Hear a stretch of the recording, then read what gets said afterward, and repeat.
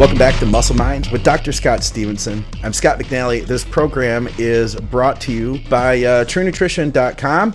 You could use our code, which is ADVICES, and that'll give you some savings.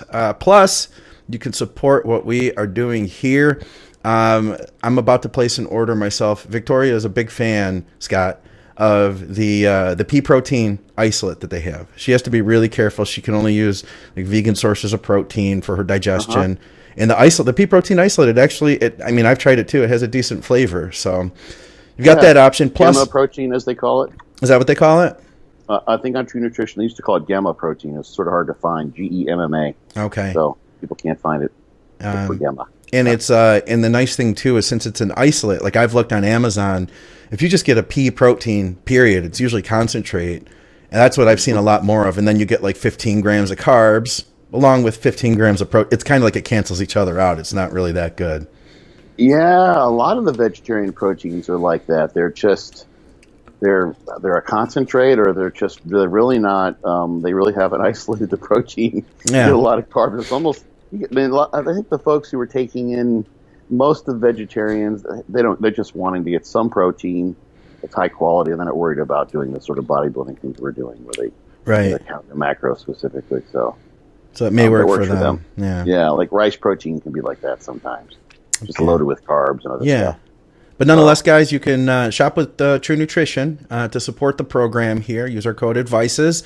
Today, Dr. Scott and I. Well, first of all, I want to tell you, Scott's feeling a little tired, but we're gonna keep the show moving. You know, you can keep with Scott's tired thing like every 5 minutes. Scott, nobody. I'll keep doing that, help. But nobody's heard it yet. Help. Nobody's heard it yet. I'm always tired. And we've talked about getting him some modafinil, some adrafinil, some FL modafinil. None of it's working for him. So, Scott, did you mention that I'm kind of tired today? I'm really feeling. No, but I was about to. The first thing I want to do though was tell everybody what we're going to talk about today. Emphasize my Scott's fatigue level. Today we are going to discuss a couple topics. Fat loading was one of them. VJ and I on Bodybuilding Nerds Radio, we're talking a little bit about fat loading this past episode, and he got to thinking. He was like, "Hey, I would value to hear what Dr. Scott thinks about fat loading, if he's used it with his clients and stuff like that." So I thought that it would be cool to talk about. I think, at least in my mind, when we talk about loading, I always think of sorbet, and I always think of these really high carb loads. I think of, your crazy shakes that you were doing intra workout. I think of those stories, not so much like the fat loading. So that'll be an interesting topic. And also routine. That's something that's so important to us as bodybuilders and people in fitness, and it's something that we all have to have. I don't really know where we're going to go with that topic yet, but I know that once we start, it's going to go down an interesting road, and there could be a rabbit hole or two that we get caught up in. So I dug one out last night, so we'll go down the one I already dug for us. All right, but first, before we get started, I want to mention that Scott's feeling a little tired today. So. I'm tired. Wait, you're tired? I think let's put. I think probably by the end of this, I want to feed into my head that I'm going to feel awful in an hour. So that I don't like that. Make that a self-fulfilling prophecy. I don't like tired. That. Here's my plan is how does this sound like that? By the end of this episode, Scott is going to feel so invigorated and happy with the show that we have done. He's going to rest in a comfortable slumber for the following 2 hours. No, you're going to see an Instagram live story of me like running through a field of tulips, full after this. Full of energy, with the dogs bounding after me. It's going to be beautiful. Yeah, that'll be good. I'll be totally invigorated. Yeah, I'll be naked too. It'll just be my butt, naked, and I feel like where the fuck did he find the field that he can run naked in and not be breaking the law? Right. Have you seen pictures? I've got friends who've done them. Like, how the fuck? Where did you go to do that shit? No, I haven't seen those pictures. That would be funny though. I've got a few friends who have done that before. But they don't care. They probably were on something. So yeah. Anyway, right. So what's going on? I wanted to, usually we end the show and I say, Scott, what are you doing today? Are you training? But we texted a little bit earlier. This is like 9 a.m. and you said, okay, cool. I'm at the gym right now. So you've already trained. You're already done with your workout for the day. What was your workout today, this morning? Everything. Fortitude training. Yeah. Okay. Yeah. So was there a focus to this then, or was this the, it was full? The full body was the focus. Okay. I trained thighs and calves and chest, shoulders, back, and arms. I didn't do abs today because I did them yesterday. So I'm doing fortitude training, the turbo version. Okay. Which is training everything basically 4 times. Arms are not 4 times a week, but everything else is 4 times a week. Okay. So yeah, and you know what I would have done? Like, it's funny because you bring that up. I woke up.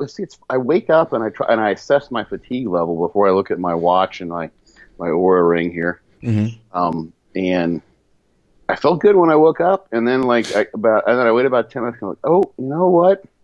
And I would have taken the day off, but unfortunately, I've got the Tampa Pro is next weekend. Oh yeah, that's right. And I've got to kind of be there on set. So shifting my training schedule is not really an option for the week, but because I have this phenomenally blessed life, I can take a nap after I tiptoe through the tulips later. Okay. I can take a nap after that. Okay. So I'll probably play catch up with my sleep, but I had to stick to that training schedule because otherwise I'll kind of be screwed because everyone's coming in town for the Tampa Pro. It's gonna be nice. It's like the big hurrah here in Tampa for bodybuilding. So that's cool. Got meetings with various people and client, that kind of thing. Nice. So, how far is Skip from Tampa? 4 hours. Okay. Oh, he's not going to be there either because he's going to be in Michigan this week, actually. I was going to ask if he was going out. That's right, but he'll be up in Michigan. Here's the thing. He's like 3 hours away from me. So if I were to drive out there and train with him, it would be a long day. That would be like an 8-hour, 9-hour commitment, especially if we go out for breakfast or for lunch or something after that. So with him too. Yeah, I know. It'd be fun. Yeah. I'm still I'm on the fence with that. But my thought was I was going to ask if you knew anything about Skip going out to the Tampa Pro, but I guess not. So it sounds like you're going to have a busy week. That's not this upcoming weekend, but the following weekend? It's the next weekend, so 5 days from now. Oh, okay, cool. So the end of this week. Yeah. Okay, gotcha. Today's Monday, so people are coming in town Wednesday. There's an athletes meet the pros on Thursday. Okay. I think the show starts. I haven't looked at the show. There's just tons of people coming in. I've got everyone wants hey, are you gonna be at the Tampa Pro? I'm yeah. You know how it's you go to the Olympia or the Arnold and it's hey, let's meet up, and I'm not even gonna try to. There's 3 or 4 people I've got things set aside for. Okay. Otherwise, it's just mayhem. It never works out. Sorry, there's a wasp there. Oh, geez. You see him there? I did. I saw him for a second. Yeah. He's buzzing me. So I'm not even gonna try to over. You just go and literally you walk in and then the conversations start. Okay. You find sometimes before I even get out of the parking lot. There have been times when I go and I park my car and I spend 45 minutes just getting into the venue. No kidding. Yeah, because that's just how it is. It's okay, but it's you just can't work around that. And people hey, can I get a picture? It's get a picture. And it's I got to meet someone in their hotel room in an hour. I don't think I can make it. Yeah. Because I got too many. I'm going to run into people, so maybe I'll come up with a disguise. I get a toupee or something like that. Yeah, if you don't have the mohawk, they might not recognize you. That's the giveaway. With the mohawk, people are going to see you a lot more. I mean, you're definitely someone that stands out. You look like the Mel Gibson of bodybuilding, but but with the mohawk, it's the Mel Gibson with a mohawk of bodybuilding. So, yeah. There's the Tampa Comic-Con in I think it's this weekend. Really? Yeah, Tampa Comic-Con. And I remember it being the same weekend as the Tampa Pro, but I remember being downtown where they have it. Yeah. That's just mayhem too. Yeah. It's a little bit different spot, but that would be fun to go to. I was actually the thought ran through my head to get a hold of John Meadows and say, hey, what? Is there a some superhero that I look like that I could go as to Comic-Con? Because I don't know, just so I could, because I'm sure there's some mohawk. There is a guy who told me. I have people come up to you every once in a while and say, you look just like. I'm not the guy to answer that question. I'm not like John or VJ. They know all the, or like Luke Sando. Those guys all know the comic book superheroes. I'm not that guy. It's like a Japanese cartoon, like sort of an anime type cartoon. He's a martial artist dude. Okay. I can see that. If I heard it, I'd recognize it. So anyway. Yeah. So that's why I didn't take the day off. I would have otherwise, but I'm like, I'm going to have to squeeze it in and get it done so that I can stay on the Tampa Pro schedule. That makes sense. Plus, you got to look jacked and full. You know, you don't want your muscles to go flat. You need to keep the blood going in them. Yeah. Well, actually, there is a lot to say for that. That's become a big thing in, just as an aside, in measuring muscle size over the course of various studies. So I've been digging into this idea of the dose response of volume and muscle growth. Okay. And I literally last night, and when I was traveling down another rabbit hole, this is what I do. I just go down research rabbit holes, as much as I can and dig stuff up. Come on, buddy. Oh my gosh. He's right there. And I found a study literally documenting that there was a muscle swelling that lasted out to 72 hours. That's longer than what many researchers wait to before they make their post-training measurements. Yeah. There was a big criticism of that Schoenfeld study that came up when we did the Swilly Trinity, the big Schoenfeld volume study where they just did exorbitant amounts of volume. So you do get a swelling effect that lasts. It can be easily 5-10% muscle size. Absolutely, yeah. Yeah, and it can last for a while. I found there's one study of muscle damage where there was swelling that lasted up to like 9 days that I found last night. I could see that. I mean, I just think my own personal experience. I know that if I don't train, like some guys look better, they look fuller after they've taken some time off. And I've referenced this on one of the podcasts before. I can't remember who said it, but it was about like back in the day at Gold's that everybody would train, and that by the end of the week, Tom Platz would look beat down and terrible. And that he'd come in Monday morning and he'd look small. So he didn't respond well to hitting as hard as he did. Like he was overdoing it, versus Arnold would take the weekend off, because they took the weekends off, or they took Sundays off. Come in Monday, and Arnold would look smaller. And through the week as he trained, he would just look better and better and better. Yeah. Well, the muscle damage impairs glycogen loading, and we're going to get into fat loading. It can pretty considerably. There's one particular study where they did some calf damaging exercise to the calves. And then they took in like 1,000 grams of carbs. Yeah. This was in humans. And they still didn't see a restoration of glycogen. Because there's probably a couple things going on. One, the damage creates such an energy demand that any incoming carbohydrates are used for damage repair. Yeah. And secondarily, there's probably some disruption of the normal glycogen synthetic pathways because of that. And it makes sense. You're not going to you need all your resources in a muscle that's just been damaged to repair. So that can possibly happen. So yeah, you can gradually, that's why a lot of guys stop training their legs like a week out. Sure. Yeah. Because they want to make sure that you're not going to fill up glycogen wise if the legs are sore. And a lot of guys are doing lots of cardio as they try to drop their body fat, and they're training. So both of those things are depleting glycogen, and doubling up the concurrent training with both aerobic and strength is going to probably couple to create even more muscle damage and impair glycogen. So you got to lay off that shit for like a week in order to be able to restore glycogen, really truly fill the muscle out. Just to step back for a second, because it sounds like we're already starting our fat loading topic, which I think is a great thing. Kyle Becker did mention, he said, Callark, aka Gladiator. That might be the name of the superhero, possibly. Callark, Kallark, Callark, aka Gladiator. He's just some martial arts dude who has a mohawk that's colored. I think it's like orange or red or something. So. All right. I'll have to see. Yeah. Anyway, yeah. So fat loading. It sounds like we've already kind of started getting into this. I could tell you I don't think, Scott, that I've ever loaded anybody only on fats. That I have used some type of carbohydrates. Have you ever worked with a client, or have you done it in your own situation where you've loaded on fats only? Not only. I'm trying to think. Yeah, there have been some people where we just did fats because sort of extenuating circumstances. They just weren't handling carbs and they were stressed. And those have been normally people where they come to me. Like, sometimes people come to me like a month out if the timing's good and they want just a peak week. Okay. And they're kind of like, they don't know what the hell's going on. Their body's sort of kind of screwy. So they don't know what carbs they can take in. They may have been using a very low-fat diet, or sort of low-carb diet.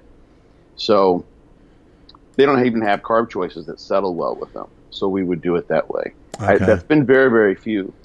When I do my typical peak week, one of the things that I literally do at the beginning when doing, quote-unquote, the glycogen depletion portion or insulin sensitizing portion of the week, where we drop carbs before the midweek carb up, is go to a low carb diet that's higher in fat.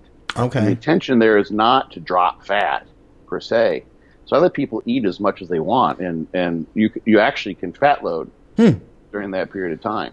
Okay. Because they're replacing whatever carbs they might typically take in, like during a post workout period. Yeah. With fat. Okay. So you'll fat load to some degree. Then carb loads, might be like Sunday, Monday, Tuesday. Carb load Wednesday, Thursday. This is kind of the standard regime. This is in the book. This is on John Meadows' site. There's an really old version on Professional Muscle that I wrote 12 years ago or something like that. Okay. And then you drop the carbs on Thursday, and with the idea on Friday to drop your water and go to a low carb diet again. And in that case, if you have more of a water issue, the protein will be higher and the fats will be lower. But you can also load fats then too, because you need some calories. And you can't, someone who's a big dude who needs 3,000, let's say 4,000 grams, 4,000 calories a day, you're not going to give them 1,000 grams of protein, right? 800 grams of protein. So they're going to get some fat. So you can replenish the fat and fat load a little bit there as well. So that goes on. The idea is to fat load, carb load, and then drop the water, but there can be fat loading involved with that. So that does happen. So, but the big thing on the fat loading deal. So the idea to load the muscle, let's just start with sort of because I've sort of pre-thought the answers, and I've written about this and thought about it a lot in the peak week context. You're trying to make the muscle as full as it possibly can be. Muscle's mostly water, and you've got among these two nutrients, fat and carbohydrate. Fat is hydrophobic, and carbs are hydrophilic. So phobic means scared of, and phileo means you like, you're desiring of. So hydrophilic carbohydrate pulls water to it, and that's why most people will do a carb load. Yeah. To fill up with glycogen. The glycogen forms a complex with glycogenin. It's a protein and forms its structure where it's stored, and it pulls. The number that people throw out is the 2.7 grams of water per gram of carbohydrate, and that comes from originally a study of liver in rats. The value is highly variable in people. From what I've seen at study, a guy named Bill Sherman has studied that. He's in Ohio. So it's highly variable, but you do get a substantial amount of water. So if you take in someone who's glycogen depleted, and you can, if it's a big person, let's say, and they're low on glycogen, and let's say you load 1,000 grams of glycogen into skeletal muscle throughout the entire body, from being in a basically depleted state, which people will be in, especially if they've been dieting for quite a bit. And you stop their cardio, and then you fill them up with 1,000 grams. You could then, if you assume like a 3-to-1 ratio, which isn't at all improbable, that gives you 1,000 grams of carbs plus 3,000 grams of water. That's 4,000 grams. That's 4 kilos. That's 8.8. That's almost 10 pounds. That's 9 pounds. Yeah. that's going into skeletal muscle. That literally is an increase of muscle mass. Wow. In the form of glycogen and water of 10 pounds. So that's not bad. That's pretty substantial. That's a lot. Yeah. Yeah, it's a lot, I know. So fat is an interesting one because it hasn't been studied nearly as much. I've looked at, it's been a while. I've looked like sometime in like the last 6 months, and I didn't find anything that like jumped out as being a new and novel piece of information that I could add to, why and how it works. But basically, there seems to be a lot of variability in the level of intramuscular stored triglycerides, so the fat stores in muscle cells, but it's maybe 1% of the muscle weight, which is maybe like a third of what you have as far as carbohydrates. So on average, just resting stores before you've manipulated anything, you've got about 1/3 as much stored weight in muscle as you do as fat as you do as carbs. Okay. And of course, you've got more energy in that because there's more calories per gram in fat versus carbohydrate. Yeah. But you can probably, let's say you can double that. So you take like your standard, your reference man, the idea like 170 kilogram guy, 154 pound person with average body fat might have it's like 31 kilos of muscle. So Okay. 1% of that is like not very much. Okay. It's like a pound. But if you're a big dude and you've got twice that much muscle, you might have 2 pounds of intramuscular triglycerides stored. Okay. If you're a larger individual, and if you double that, which is within because the ranges are really, really, they're just ginormous for some reason in terms of intramuscular triglycerides. It's probably a matter of the function of the muscle. It's probably a function of the muscle fiber type as well. I think one of the things you sent me in text message when you broached this topic this morning when I was training was like, which is better? Yeah. And like that sort of question presumes that there's like a black and white difference. And probably carbohydrates are going to be better for most people, but there's some reasons why fat loading works well for other people. I think I asked, when would it be better? In what situations? Yeah. Okay. Yeah. So we'll get to that. So, but imagine like you're someone who's got like maybe 2 pounds of, I'm just sort of throwing out the numbers here, and you can add like maybe 2 pounds of muscle by storing fat.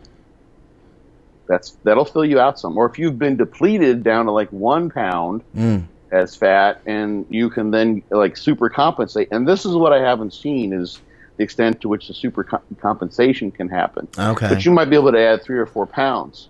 Okay. So that's not a bad trade-off either. That's a lot of fat to eat. People aren't necessarily doing that, but some people will fat load throughout the course of a week. They'll just start taking in more fat. Okay. So, which is better? Yes, go ahead. I just wanted to ask you. So, yeah, you're saying that with carbs, that you can hold X amount of pounds. With fats, you can hold X amount of pounds. Now, if you were to say fill up with carbs, you took that big guy, and you were able to get 10 pounds of glycogen and water in him through using carbs, would he still then be able to add that 2 pounds from fats as well? You could Yes. increase the triglycerides as well. I think so. Okay. I haven't seen anything.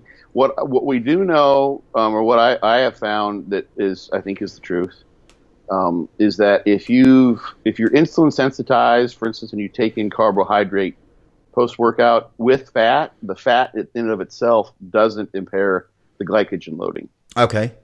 Generally speaking, having like high blood triglyceride levels isn't the best scenario for having good insulin sensitivity. Yeah. But when you're dieted down to 4, 5, 6% body fat and your insulin sensitivity is sky high and your glycogen levels are low, then you're going to be able to load that carbohydrate regardless of the fats that's there. And you see this all the time when people do a shitload or a skip load. Yeah. They load up like a motherfucker. Yeah. And it'd be great if Ken were here. because he could talk about like his experiences on loading. I think more recently, have you seen some of the shit?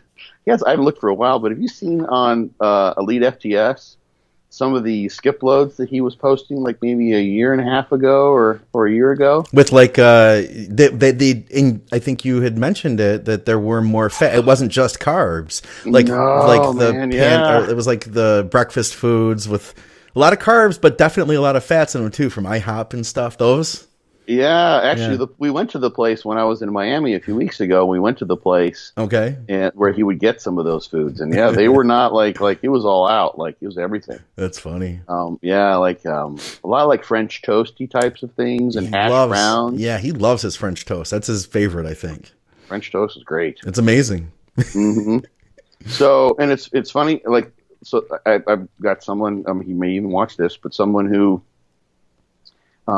found, we were talking about insulin index versus glycemic index, and he's got someone who's got a racing fast metabolism. We're trying to keep his weight high, and when you add fats to carbs, when you compare things like bagels, for instance, versus like birthday cake or cake or donuts, which is what he tested out just a couple of days ago, you get a much higher insulin levels. So that's going to facilitate loading. And he filled out like crazy. He took in had some cookies and some donuts. What else did he have? And then some desserts that his wife had made. Yeah. All this is like really delicious stuff, and it filled him out like crazy. So one of the things there, when you take in that kind of food that you have been eating, of course, you have GI issues. Yep. Especially fats, man, because fats are heavier, and if you really hammer them, I found, at least for myself, maybe I found it for other people too. It weighs heavy, a lot. It's a lot heavier in your gut to digest than if you're just eating, say, oatmeal, right? Fats slow digestion. Yeah, absolutely. Yeah, they definitely slow digestion. The thing you can do, and this is, we started to do this, and it actually, well, I'm not going to say any more about that but that idea with because I don't want to reveal what happened there with the donuts and stuff. But you can, if you find that fats, if you want a shitload, and you don't want to like go with some food you haven't been eating, like I have a friend who used to do like he wouldn't eat this shit during the prep at all, but he found that he could have a thick crust pizza the morning of a show, like the whole pizza. Yeah. And he's fine. Okay. Wow. Like iron gut. Like, okay, most people that would just absolutely destroy them. That would just cripple their GI. Oh yeah. Like, yeah. They'd be wearing a diaper on stage if they've got on stage because they'd be so bad off. Yeah. If I heard somebody say that and something went wrong, then I would say, of course something went wrong. You know what I mean? Right. Yeah. Like you just threw the biggest curveball to your GI you possibly could. Right. But you can actually get away with, in many cases, combining fat sources and carb sources that you'd be eating during your prep if you've been doing some periodic carb ups. Yeah. So like normally, like your carb ups, let's say, because you don't want to have, you don't want to add fats and carbs at the same time because you want to get your carbs and keep your calories under control. So let's say those carbs are like a bagel, but you've been eating an almond butter as fat. You can combine the bagel and the almond butter. Yeah. And maybe even have some sea salt with that and get the sodium and the fats and the carbs all at once that you'd be getting. And it tastes obviously great. Yeah. A bagel with almond butter is just the most delicious thing for someone who's really dieted down. Absolutely. A little crunchy sea salt on there. That sounds good too. Yeah, exactly. Like perfect. Like, and that's all, those are the things that I think are creating that psychological effect of like, this is friggin' great. You can get an anticipatory insulin release. Yeah. Cephalic insulin release. Yeah. Like, cause you're like, whoa, like that's, you start, when people salivate, like that's often associated with an insulin response too, in preparation for the massive amount of food that person intends to eat. Yeah. So when stuff tastes good, that registers with your body. It's funny, like one of the things too, like we were doing a peak week practice and I kind of a little bit for a second, I kind of blew his mind. I said, let's have some water. We're trying to figure out how to fill him out. And I said, just have drink a quarter of that bottle of water. And I said, you may get like a flush and actually start to sweat. And So he drank the water, and I said, "How do you feel?" And I said, "Did anything happen with your veins, vascularity?" He's like, "Holy shit! Why am I getting that flushing sensation?" I'm like, well, I mean, like it's not as if probably the baroreceptors in his cardiovascular system are sensing some massive change in volume. It was only like 2 or 3 ounces of water. Huh. Okay. But he drank that water, and this has happened to me. This happens to me almost every time I reintroduce water after I've dried out for a show. Your body senses like, I finally have fluid, and it's like, sometimes I'll have to pee right away. Yeah. All of a sudden, I haven't peed for 10 hours. And now I take 2 ounces, and now I have to pee. Like, why would I have to pee now? So there's some perceptual connections between the what was otherwise an autonomic activity of sweating and urinating and moving things through the renal system, that kind of stuff. So the same thing applies to when you take in food that's just like, oh my God, a bagel and almond butter with sea salt. Fuck yeah. Right. It tastes great. That registers with your autonomic nervous system and your pancreas and the insulin's released and everything else. So you can recreate what the shitload is with foods that your body's used to without fucking up your GI. So back to the carb load versus the shitload. So like theoretically on paper, because you get more water per gram of carbohydrate and you're storing more carbs, it's a better way to fill up the muscle. You've just basically got a larger potential for increasing muscle volume and muscle size and muscle mass by going from glycogen depleted to glycogen supercompensated and the water that comes with that. Right. But some people spill. And some people have GI issues. So when you take in fats, you don't tend to spill. Oh, yeah. And fats, too, if you choose the right ones, especially if you choose fats with like essential fatty acids that are involved, which feed into prostaglandins. Like chocolate is one. The chocolate is kind of its own monster, but almond butter does this, or actually like regular peanut butter does this for lots of people. There's some salt in there, so it's not just the fats, but you can get really a nice vascular effect from that, a vasodilatory effect in a way that will help you get a pump and feel better backstage. Okay. So feeding the fats in can do that for lots of people. And you're not going to spill with fats. I like that idea. That's a great point. You're just really not going to. I mean, unless as long as you dried yourself out to some degree and then you start adding the fats in, you're not going to spill with fats. So that's kind of the big advantage. The other big thing is, how has someone's diet been? If you've been eating low fat, and that's been your dietary approach, and a lot of women, it seems like women tend to do better maybe with a higher carb, lower fat approach, just on average, than men. Okay. It's not always the case, but obviously there's, variability across the sexes. So I'm watching that wasp. He's still in there, huh? Oh, yeah. They hang out here at the window. Like I'll either have to smash him or shush him out. Yeah. So if you've been someone who has not been eating much fat, resistance exercise actually uses up muscle triglyceride pretty substantially. It's probably not using it as a major fuel source during the actual sets. Okay. And you can find the literature. Tesh has done some of this stuff. Scandinavians done this stuff where they take biopsies and look at glycogen and intramuscular triglyceride and those sorts of things. And you can substantially deplete or reduce muscle triglyceride stores with resistance exercise. So if you're eating a low-fat diet, and you're going to be low in fats, and if you're someone, for instance, and like I said, there's a bell curve for everything. If you're someone who just uses those fats a good bit, and women tend to use fats during exercise more than men do, that's one thing that can give them sort of a relative advantage. They've got other disadvantages, but gives them somewhat of a little extra advantage during. He's flying around there. I hear him buzzing. During endurance exercise, you can have a woman who's been eating low fat because that's the diet that works best for her. And she's been using a lot of fat. Women train with higher volume because they can recover better than guys in many cases. They can get away with that shit. So the fats are really, really low. Yeah. And women sometimes tend to have water issues. It could be let's say it's a bikini competitor and they're just not quote unquote lucky enough that that their menses or their premenstrual period comes before the show, so they've got a water issue there. Yeah. Then you've got a scenario where someone's low in fat.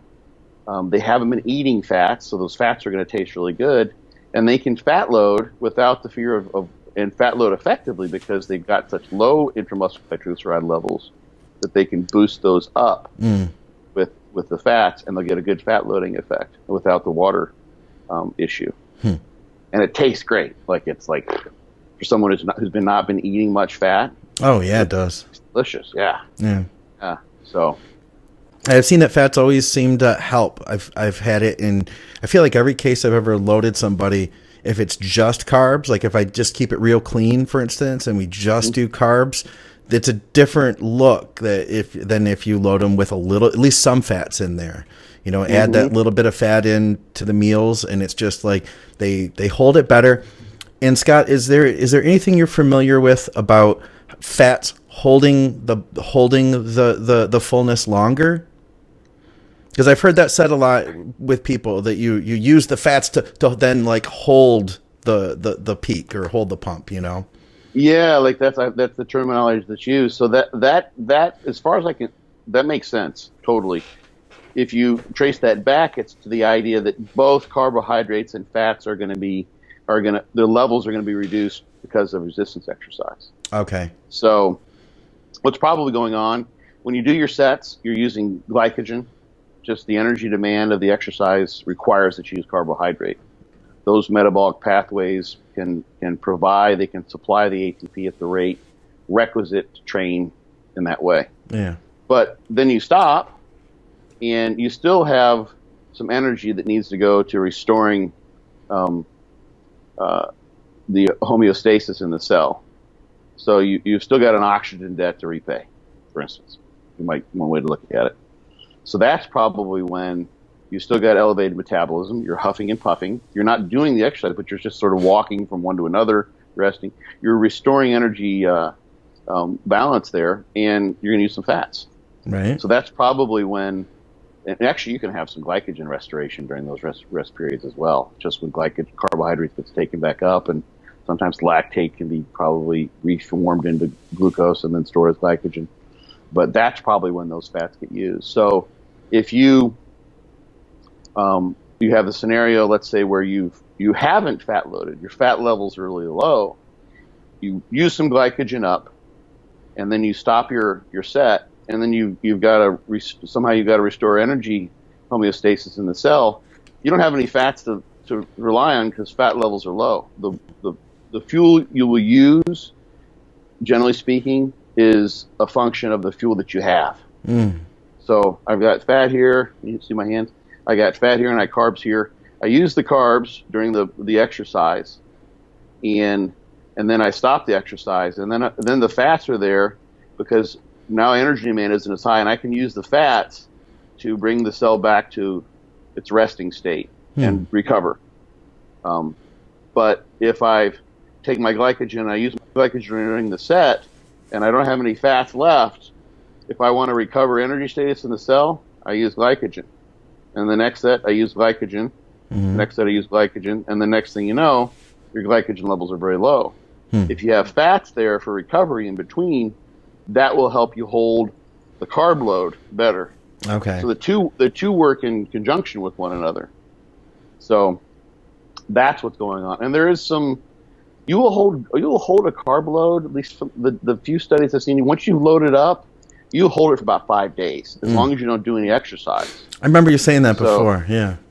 Yeah, we covered some of these bits and pieces in the past. So if you pose like a mother, it's like some people, they load up and okay, now they look great, and now they just pose and pose and pose and pose and pose. Yeah. And they used up then they just defeat the purpose of the load in that case. So you have to relax some. That makes sense. There was a guy at the Universe. He was a big dude. I don't think he didn't end up. He wasn't probably in good enough shape, and this is why he was doing this. But he had a lot of muscle, great physique, and he was backstage, and he was just pumping up continuously, constantly. Oh yeah.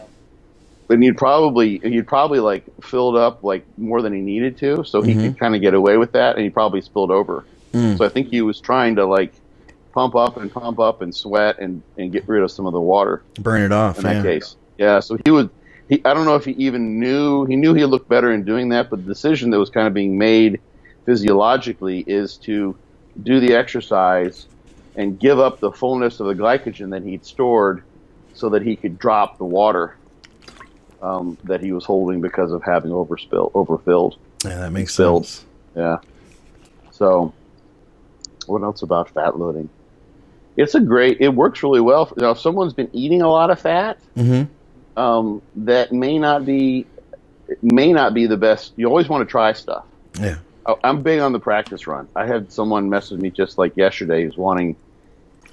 He wants to do a show like this next weekend. He wrote me this long message on Instagram, and it's like, what should I do? And I'm like, man, I have no idea. Why don't you do a practice run? And he actually has been ready in show shape for 2 months, and he just didn't do one. Oh, now he's waited till the last minute, and he wants me to try to figure it out on Instagram. I'm like, it's like I might as well just try to talk to you in Morse code, because it's not going to work. That's funny. Yeah, I've noticed that, and because I've thought about it too. And obviously, I've done this for decent amount of time now. You've done this for a lot longer than I have, but there's no magic. Like, you don't just look at someone and say, "Oh yeah, you just need to eat 200 carbs tomorrow, and then you'll be loaded. It'll be fine." The way you know is because you've done it. You've practiced with them, and by the time you actually get to the show, you've tried it enough times that it's pretty predictable. And I feel like, in part, I look at that as being just like what you do. I don't question it now,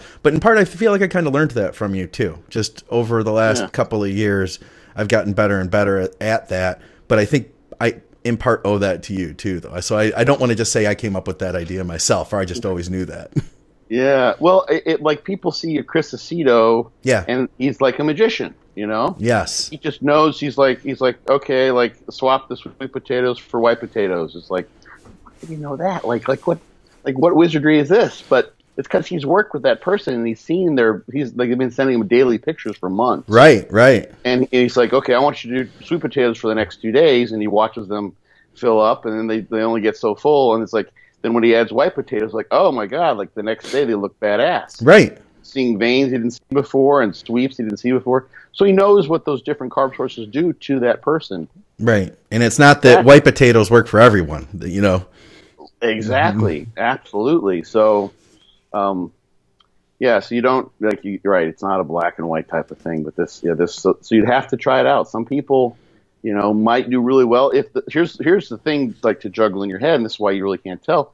If you've been low on fats in your diet, that would make sense that you could fat load really well, because you're low on fats, and you would expect some super compensatory effect. Yeah. Once the fats are introduced, that has not at all been documented that I'm aware of. Probably will be with all the keto stuff and low carb stuff that people are doing now. In some way, shape, or form, I'd love to see people, it would probably be with endurance athletes, not bodybuilders, of course. Right.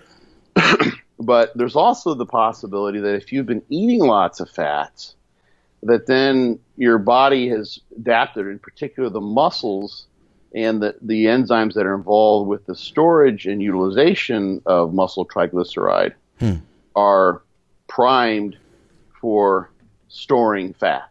So you've adapted. You're fat adapted, so to speak, and this is going to give you the enzymatic machinery for storing more fats. So I'm going to just go out on a ledge, because this sort of makes sense, and it's kind of a new idea actually that I just sort of popped into my head.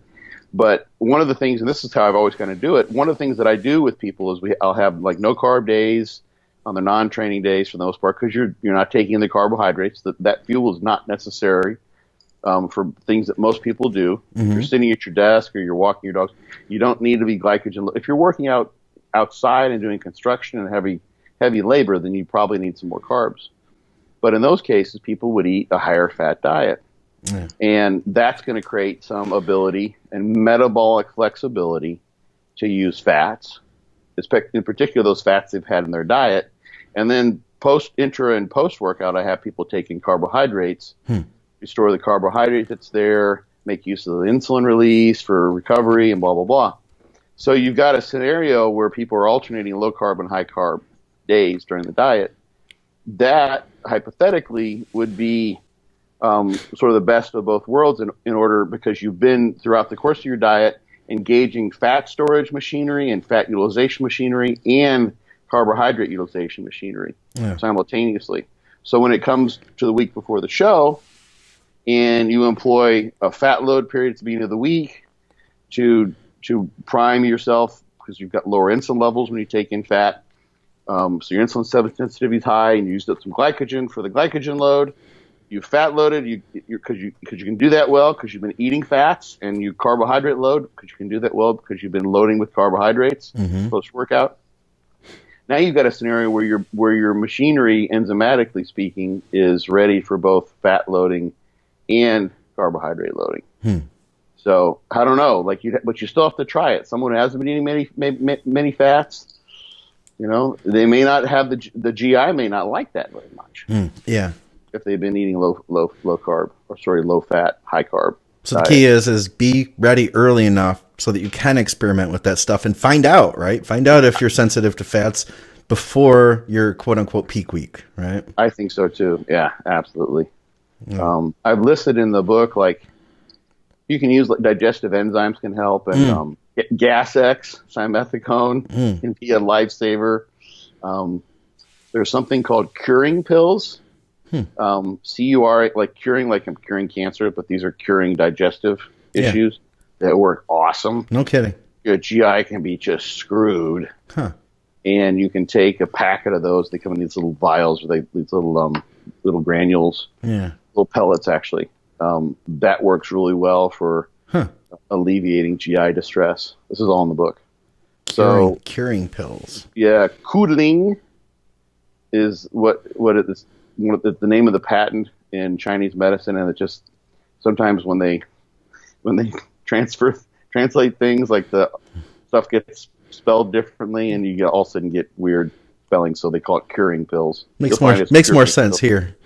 Yeah, I know. So So anyway, there's things you can do to remedy that. Some people might have gastric reflux, so they might have to take an antacid or a Tums. Yeah. Prilosec or something like that. Some people, maybe they've got anhydrochloride. They've got low acid levels in the stomach, so they might take betaine hydrochloride. Yeah.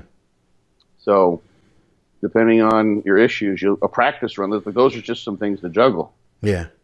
That you may have to deal with. So, you can usually get it done if you've got at least one practice run to work out the kinks. I like the sounds of that. We've talked through this topic for a while now. I don't think that we have enough time. I think we should just hold our next topic for the following show, Scott. I think that would make the most sense. Yeah. There's a lot of good information to dig in here too. Scott, we mentioned the book. What book is that you speak of? It's funny. I give the books away all the time. I have one, but it's in a box, and it'd take me forever to dig out. I can't pull the book from over here because mine's upstairs now too. But what's the name of this book? It's called Be Your Own Bodybuilding Coach. Oh, okay. Yes, it's available on Amazon. You just go to Amazon. You type in hold in that little search term. You type in Be Your Own Bodybuilding Coach, or you can go to BeYourOwnBodybuildingCoach.com. Get the ebook there. That'll get the ebook. You can get the ebook there, or you can find the link to Amazon. It's available worldwide on Amazon. Okay. It's also on Barnes and Noble. Okay. I thought it was Amazon and then Barnes and Noble worldwide, but now you can get it Amazon worldwide as well, huh? It's always been both worldwide. Oh, okay. I didn't realize that. Nice. Yep. Okay. Yep. Cool. Great book. And definitely, there's also, you'll find links to get the book, the ebook for half the price. That's not Scott's. If you search for it and you see that, that's a pirated copy that has taken Scott's great information, and they are capitalizing off of it. He gets $0 for that, which I know you're not making this book so that you can, this wasn't like a get rich scheme, to put the book out. And it's not, it's the reason you do this podcast is for the same reason you wrote the book, is to educate people, help everybody learn to be their best and to figure these things out for themselves. So these are tools for that.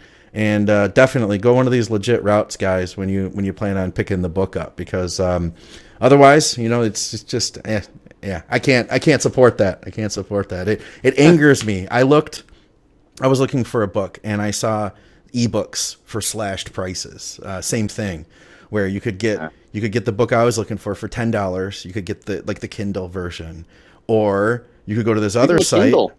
Even the Kindle. Wow. Okay. You could go to this other site and you could get it for like $6 or $5, something like that, which was completely BS. But I mean, those, as far as I can tell, the folks who set up those sites, like literally, they just because it's an international thing. Like they're taking books that are copyrighted in particular countries, and they're located in Timbuktu, something like that. Right. And they just set up an online and just they search engine optimize themselves so they come up right off the bat, and they just like take pirated books. They don't produce any products other than the stuff that they've stolen from other people. It's crazy, isn't it? It's like a true I don't know, what do you call it? It's not really a black market. It's like a market you would find like in an old Star Wars movie or something like that, where everything is stolen. Like it's all illicit. Yeah.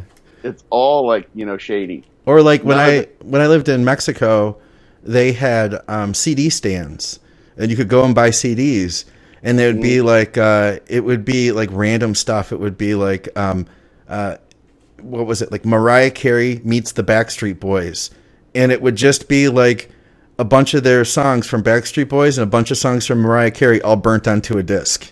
Yeah, and that was it. I've seen that at swap meets and stuff. Yep. Yeah. Basically, that's illegal, right? Yeah. Same thing. Yeah. But anyway, though, yeah. Well, I mean, the thing that I always think though that is that if someone is getting the book in that way, they're probably. I mean, here's the thing: like they probably are just giving their money to that site. In many cases, there are a lot of people that I think, if you're looking just for like the cheapest version of the book, then my guess is that a good amount of those folks don't have the mindset to really make good use of the book. Oh, that's a good point. Are they real? Those aren't the. I can kind of tell the people who are going to make good use of the book. A lot of times they'll buy it as a hardcover. Now I'm learning that tremendous lesson. Fortitude Training, the next edition will be a hardcover for sure. No kidding. Because people really like that, and the people who. Many people really, really like it. And I'll say this, too, another thing when I get done with this other thought. It's just, if you're looking for, like, kind of like an easy way through to kind of, like, just get the information and, like, to tell me what to do in a black and white way. And so you buy my ebook for $6 or whatever they're selling them for. You're not going to find that there. It's not going to be there. So those folks probably who are buying it that way, they're just giving their money to those scoundrels who are selling the pirated versions, and that sucks all around, because they basically sold them on the hype of the book, providing people with that mentality that they're going to just get like some super secret, and the super secret is in your own mind and making use of it. And that's what the book is trying to evoke in individuals who read it and make use of it. And people who are ready for that will typically end up finding it through my site, I found. So it all works out in the end, pretty much. Can I help you host an audio version of the book next time? Where like, I'll just like introduce it, chapter 5, blah, blah, blah, Dr. Scott. And then you just take over and start reading. Did I tell you? I had one person who wanted me to make an audio version of Fortitude Training, I think it was, just for him. Really, just for him? Why not? Yeah, I don't know. Like, it's like, could you make one for me? I'm like, no, I don't have. Like, sorry, 13 hours to read through it. I would do it. I would want to shoot myself in the head. But I don't know how well like a book like that would lend itself really to an audio version. Yeah, I mean, I could see portions of Be Your Own Bodybuilding Coach. I could see Be Your Own Bodybuilding Coach. It would be still very educational, but the way that it reads is like a manual where you can flip from, like, it's like you wouldn't get like an automotive repair guide and have that on an audiobook. So I get that, you know. Right, yeah.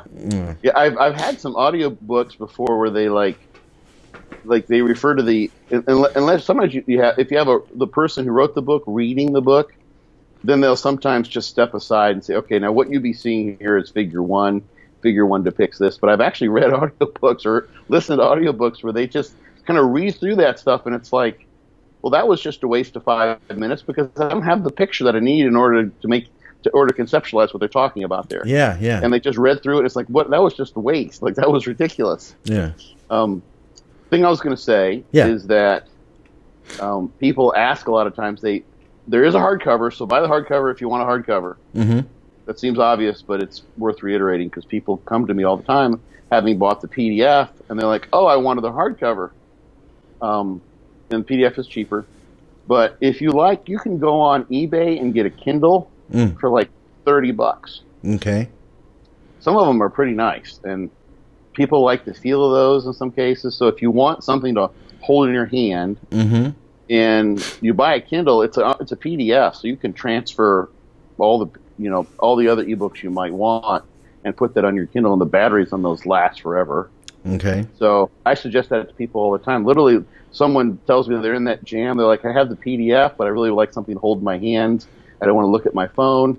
I just go to eBay and I find a Kindle for them, and I link. I said, here you go. I would buy this Kindle. Yeah. And sometimes they do. So that's a thought for people who are in that predicament. Yeah. Is the Kindles are cool. I've never used one before. Yeah, I have my dad's old Kindle here. He loved the thing. He read hundreds of books on that. Nice. So yeah, it gives people an option. I like the idea of a Kindle. It's less things to move when you move, you know. Yeah, right. Versus a shelf of books. Right. I like that idea. That's why I stopped. Yeah. That's why I stopped collecting records. I used to collect vinyl. Yeah. It's a lot to move when you have. You can't recreate the sound though. From what I hear from people who are really into records, is like there's just but I'm okay with that today. Okay. Yeah. I mostly just listen to my headphones when I train anyway. I can't take the record player to the gym. That would be awesome. Unless you want to do like a flash dance. Was it flash dance? Remember when she goes and she's going to do her dance and there's the water and she goes in and she puts the record down. She puts the needle on the record and then. I'm a maniac for your love. Yeah. I'm imagining your next Instagram video. Scott goes into the gym with the stringer tank top on. some leg warmers. Some leg warmers, and you start playing some AC/DC. I'm thinking that, or just like an old one where you just like have to do the crank. If that's what I was going to crank it, and then you just put the needle down, and then you go. And you have to have your dog in there, kind of looking at the thing like that. Right. Yes. All right. I'll look for it. Well, Scott, I'm going to be looking for your Instagram post later today, and I think that I'm not sure if the tulips are blooming right now, at least not here in Michigan. But if there's a field full of tulips, I hope that you can find it today, Scott, in Florida. Yeah. Thank you. I will not. I'll toss this out there. It's interesting. Yeah. Eric Helms, you know who Eric Helms is? Yes, I've known him through you mentioning him. Yeah, he's a phenomenal guy. Actually, I've been listening to his podcast a good bit, and I really like it. Brilliant guy. We did a podcast together not too long ago, and he's been doing shows. He's a natural bodybuilder, and he's phenomenal shape, and he posted a striated glute shot. Okay. Just badass. Was it in a field of tulips? No tulips, just the ass. Just like the rear double bicep. Maybe he was, pulling his lats back to show the striations of the Christmas tree. Yeah. But, oh, God, Instagram came down on him. Really? Pretty bad, yeah. Well, I mean, I guess he lost, like, quite a bit of followers instantly. Really? Doing that, yeah. Well, I mean, it was a butt shot, You mean his followers were upset by that? Apparently, hundreds of them were. So he put up a really phenomenal. It's a really well-spoken guy, and he and I have a very much similar mentality in terms of sort of driving the intrinsic value from this pursuit and using it as a way to better oneself. Which you'll hear listen to his podcast, but and obviously he's got a PhD and he's scientifically inclined. He loves to train, and he's sort of an explorer of the bodybuilding landscape in very much the same way I am. So follow Eric Helms, if you're not already. But yeah, he posted that, and I'd seen the post, and then the next day I saw, and he put up like an apology. Really? But yeah, and which I would have done as well, because he offended. Someone was offended, and like his intent was not to offend them, and I don't think, and I'm not going to speak for him, but he was not in any way trying to judge whether or not they should or shouldn't have been offended. If someone's offended, then they're offended, and that wasn't intent. So he just apologized for having done that. But it was just sort of it was an interesting phenomenon to see, because people did get pissed. His intention was not like to to be to offend someone with some semi-pornography or whatever. It's like that's the penultimate. Like, you got striated glutes like that. That's fucking badass from a bodybuilding perspective. And you know what? Here's an interesting, like, because it is. That's like our nowadays our hallmark, right? Of being peeled. Now, if this had been a female, so Eric has. I'm looking. I just followed Eric. He has 100. What is it, three. What's his? It's Helms 3 DMJ. 3DMG, right? Yeah, if you just search Eric Helms, HELMS, he'll come up. I still don't think he's not hurting for followers. He's following 300 people, and he's got 101,000 followers. So yeah, he's still not hurting for followers. We'll say that. But that said, if we took a female bikini pro, say, and she had 101,000 followers, and she posted a picture. Let's take a sexy bikini girl who posted a picture of her butt. Do you think that there would have been 100 outraged people that stopped following her? She would have got another 10,000 followers. Right, exactly. Yeah. Or whatever. What did Corin do? Oh, Corin posts, because Corin's glutes come in like just friggin' crazy peeled. Yeah. You can probably go back, because she just competed recently, and she posts those glute shots, and she gets shit for it too. Either way. Yeah, of course. Okay. But it's just an interesting thing. So I would probably not, just because, not that. Well, first of all, I don't like to offend people, because if I know I'm going to do something that might offend someone, I'll probably don't do it unless I realize that there's some sort of a payoff in terms of making a point, or the offense is actually going to bring an enlightenment to folks in a way that I think provides an overall like kind of positive benefit for everyone involved. But yeah, I don't want to deal with the backlash. God, no. Oh my God. Oh shit. Yeah. So I'll just hike my trunks up when I'm on stage, something like that, and then I can get away with it, Yeah. And like in my peel glutes. But it's the same thing. I think he put like a little square like in his butt, on his butt crack. I can't remember. I've seen that done time and time again on Instagram. Yeah. I didn't know that it was such an issue. He's a very intellectual guy, so I think if you look at the demographic of his followers, there might be a little it's different than, for instance, I think actually Luke Sando got some shit because he posted a pic in a sock when he was competing, and like Lee Priest was going off, so why don't you just put some trunks on? Yeah. I don't know if that affected Luke, but like Luke just popped in my head. This isn't a pick on Luke, but I would imagine Luke's followers are different than Eric's followers. I would agree. Yeah. Yeah, I would think so. That makes sense. Yeah, so there was a certain demographic who was listening to Eric for the sake of the science and the scientific insights and those sorts of things, and they're like, they're not appreciative of that other aspect of bodybuilding, which appeals to him, because he's part of him is just a dude. He's just a guy, he's a meathead like I am, and I think he would admit that. Yeah. So he's a meathead, and meatheads will think it's badass when your glutes are shredded. Absolutely. So fuck yeah, put up the badass picture of the shredded glutes, absolutely without any intention of trying to offend anybody. Yeah. But it happens. So there's nothing you can do. You can't please everybody, as they say. And I think you're right about like the demographics, because I remember. I've talked to people about this, and I'm sure you remember this too, Scott. There was a time that you could stand on the gym floor, say you're getting ready for a show. You could, in any gym, it wouldn't be uncommon for hardcore bodybuilders to take off their shirts, take off their pants, and at the end of their workout, and be posing right there on the gym floor. Like if you're, I still do it. Do you? Yeah. I remember you telling me that story about that woman who was disgusted of you posing. Oh, Remember that? Yeah, But that was off in the aerobics room. Yeah. I've had issues too, even at like Powerhouse Gym, Powerhouse World Headquarters. I was working with two guys, and they both had their shirts off. They both had their shorts on still, and I was just looking at them in an aerobics room that nobody was using off to the side. And somebody came in and said, "Hey, you guys can't do that in here." And I said, "Oh, okay." I acted kind of dumb, and I was like, "Oh, okay. Where should we go?" And he said, "This is at Powerhouse Novi." This guy named Brian. He said, "I don't care, but you can't. I don't care where you go, but you can't do that in here." I was like, "Huh, okay." Wow. But there was a time that that was common practice. I'm sorry? At that Powerhouse, are there pictures of bodybuilders anywhere on the wall?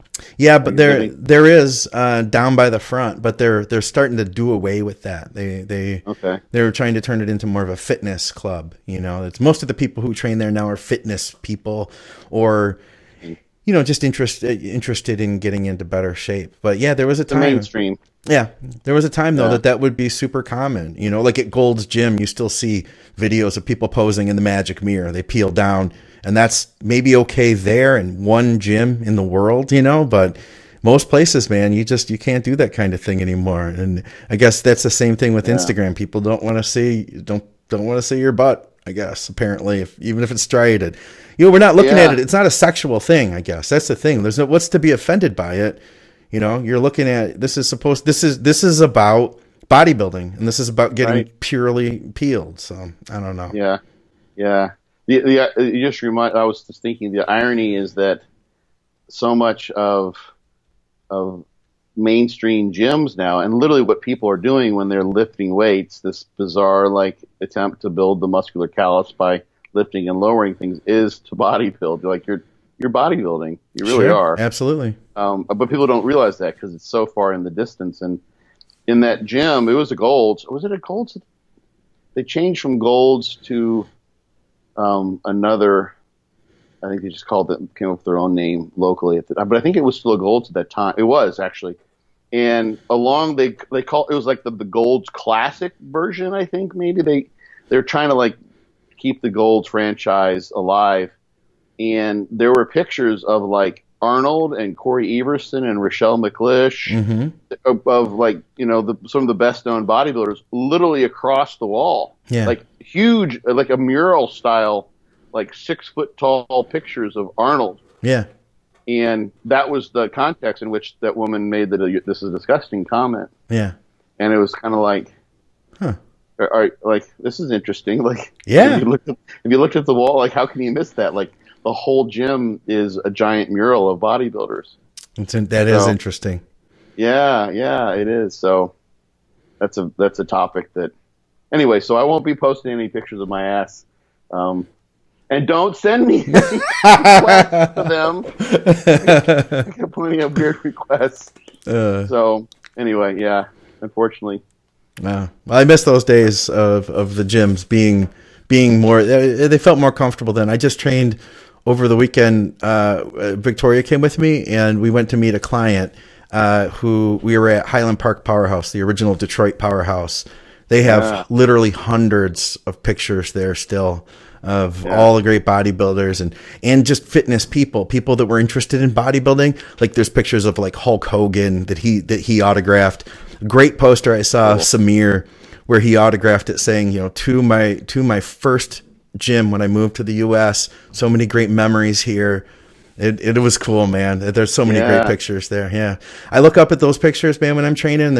There's one in particular of Milos, and when I look at that, I'm about to do a set. It's right by the racks, and so I'm either in the rack or it's right by these hammer strength back machines. And I look at those pictures and I think about his look, and I just get real inspired. And then down a little ways, there's one of Casey Viator, and he's doing this really cool pose, and it looks like he's on Muscle Beach with the ocean behind him.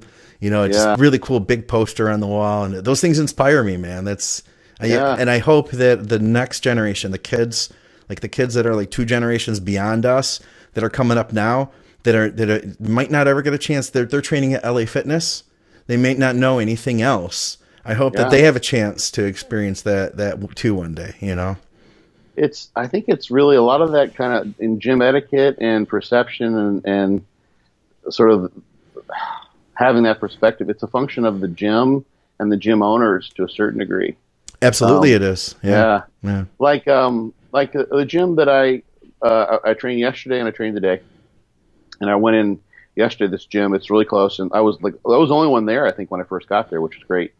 And a woman came in, and she seemed pretty quiet. And literally, I was on the leg press. I had it, and this is a gym where sometimes you'll find like 5 plates on one side of the leg press. Oh yeah, and yeah. Like none on the other. Like I'm like, holy shit! I just go in. I'm like, I don't even want to like I feel like if I bump that, it's gonna fall over. But I had the leg press. My stuff actually coincidentally was off in the corner near there, but I wasn't trying to guard the leg press. But I was using the leg press. I had loaded it up, and I'm stretching, and I got my hand on the weight post on the leg press. Okay. So literally, I'm in contact with the machine itself, and she walks over and she puts her towel down on the leg press to start to use it. Okay. And I said, "Oh, I'm actually using that." And she looks at me. She's like, "What?" And I said, "I'm actually still using that machine." Yeah. And she just looked at me and she just moved on. And she wasn't a bitch. No. She didn't seem bitchy at all. She just had no idea, because of the nature of that gym. She probably comes in at off times like that, and she finds stuff loaded all the time, and people don't have etiquette, and they don't like ask like, "Hey, are you using that?" Or maybe she had no idea about any of those things. Yeah. So she's just like, and of course, I know because of how I look. You look at me, I'm like Scott's probably, look at the guy, like he's a big muscly dude with a mohawk. He's probably an axe murderer. Like he probably, tortures kittens at night for fun. That's what the guy does, Right. So I get that. I can sort of sense that look in people's eyes sometimes. So I don't blame her for having that perception about me. So she's not going to come over, and I think this happens in gyms, especially for women. It's just my guess, but I've also heard this too, is that if you're polite as a woman in a gym, guys will misperceive that all the time. Like, oh, she's coming on to me. Oh, absolutely. And yeah. So she's not going to come over and say, hey, be nice and make eye contact. Right. And she probably didn't know the etiquette. There's multiple reasons for her having behaved that way, which was really probably not the best way. Like when I'm like, aside from having peed on the machine and put a sign on it that says I'm using it, I couldn't have marked the machine any more so that I was on there, Right. But she just didn't know. So there's so much ignorance, and this points to what you're getting at is, I hope that we don't, that the big box gyms don't just completely extinguish the memories of sort of the deep pursuit of bodybuilding, that just sort of like see what your body's capable of. Absolutely. And sort of and relish in what that can bring about in you, and all the ways that bodybuilding can benefit us. So absolutely. Just say, like, look at that. Fucking Eric Helms has striated glutes. That's badass. And he did that shit while he's holding down a full professorship. Nice. And blah, blah, blah. And it's like, so it's his ass. It's awesome. It's amazing. The guy's got striated glutes. Yeah. Let's not beat him up for it. So anyway. Yeah, there's a lot you could go down with that rabbit hole, because if the gyms are asking, forcing people to like behave within these standards, and then that goes along with like not trying too hard, not pushing too hard, then what's that going to do for the people? Alarm. Yeah, all that stuff. And that kind of translates over. I know some people that have been booted out of some what were once hardcore gyms.